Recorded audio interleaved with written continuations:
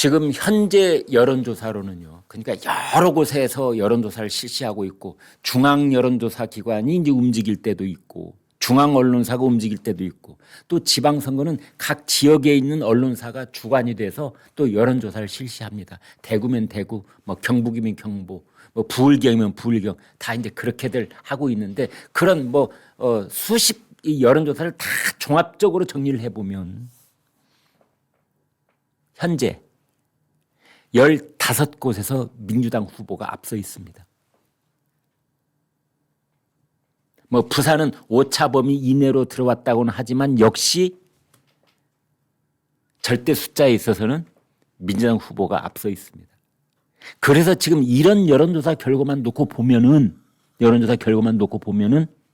야, 정말로 경북, 경상북도만 빼놓고 15곳, 대구 포함해서 대구도 현재 여론조사로는 지금 국민의힘 후보가 아직 정해지지 않았어요. 그래서 미리 섣부르게 예단할 수는 없지만 어쨌든 가상양자 대결을 가령 김부겸, 추경호, 김부겸 또 누구 이렇게 하나씩 가상양자 대결 선수를 돌려가면서 이렇게 해봐도 다 김부겸이 상당한 격차로 앞서는 것으로 그렇게 여론조사는 현재는 나와 있습니다. 지금까지 나와 있는 여론조사라만 본다면 경북을 제외한 나머지 전 지역이 민주당 아니냐.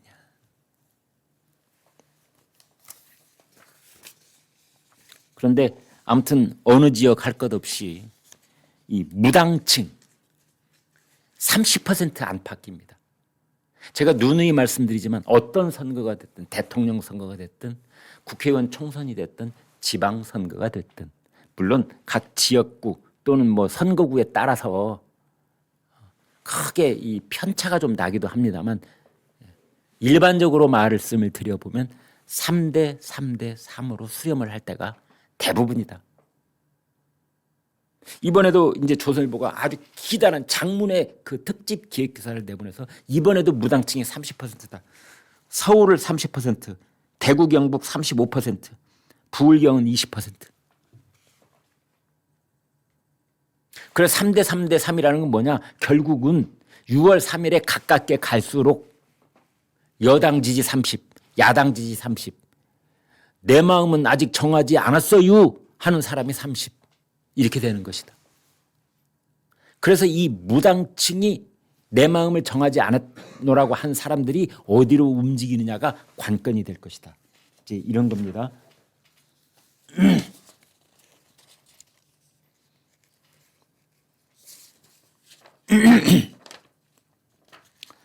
이제 무당층이 늘어나서 안개 속 판세다 이런 말도 나오고 있네요. 부산, 경남에서도 민주당 김경수 후보가 국민의힘 박완수 현 지사를 좀 앞서 있는 걸로 나와 있습니다. 10%포인트쯤 앞서 있는 걸로 나와 있습니다. 서울시장 마찬가지고요. 정원호가 50, 오세훈이 34. 메타보이스하고 JTBC가 실시한 여론조사네요.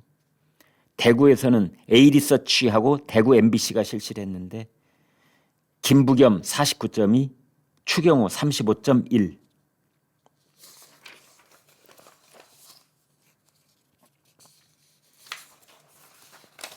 그래서 이 무당층을 움직이는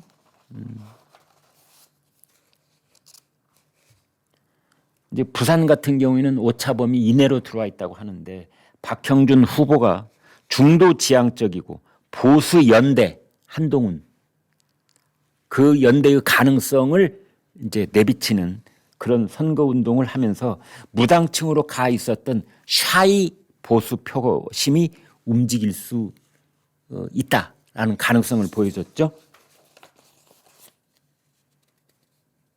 창원에서도 마찬가지입니다. 창원. 네.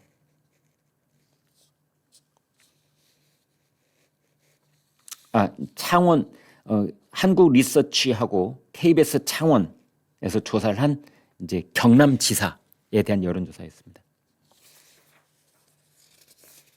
그래서 오늘 한국일보는 이런 제목을 달았네요. 박형준과 한동훈의 미묘한 동거다. 네.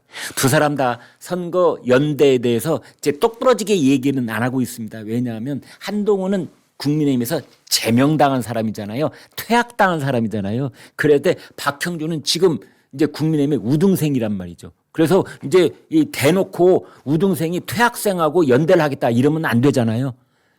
그러니까 박형준 부산시장이 뭐라고 했느냐. 나는 현장을 뛰는 선수다. 그런데 감독님은 지금 중앙당이다. 감독이 어떤 결정을 하느냐에 따라서 나는 그 결정을 일정 정도 존중할 수밖에 없다. 그래서 선거로 지금 현장을 뛰고 있는 내 입장에서 퇴학당한 타학교 학생이 되어 있는 한동훈하고 뭐 연대를 한다커니 만다커니 말할 입장이 아직은 아니다. 아직은.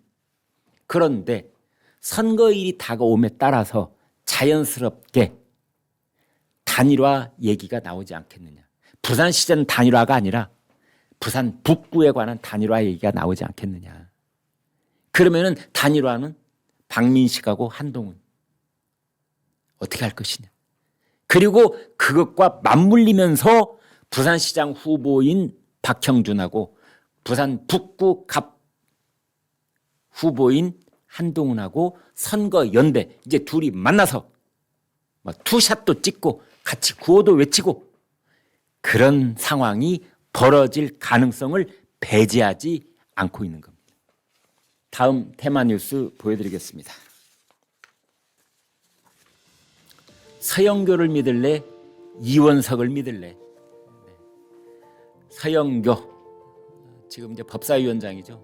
아주 그냥 고함치고 호통치고 해가지고 결국은 손해를 보고 있는 사람 서영교. 그다음에 이원석 전 검찰총장입니다. 이원석 전 검찰총장이 이제 조작기소 국정조사 특별위원회 청문회에 이제 증인으로 나왔죠. 거기서 이원석 전 검찰총장이 아주 소신 발언을 했습니다. 어떤 검사가 자기의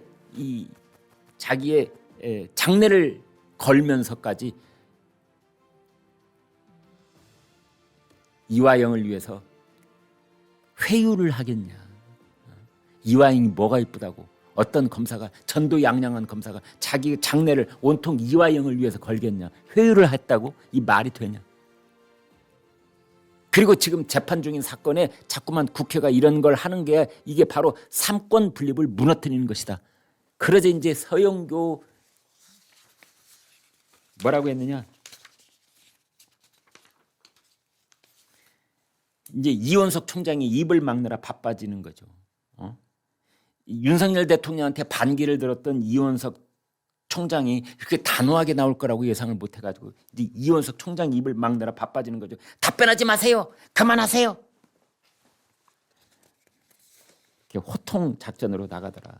그러면서 서영교 위원장이 뭐라고 했느냐. 조작 기소의 가장 중심에 송경호 전 중앙지검장이죠. 송경호가 아니라 이원석이 있었구만. 알고 보니 완전 검찰주의자야. 윤석열 닮았어.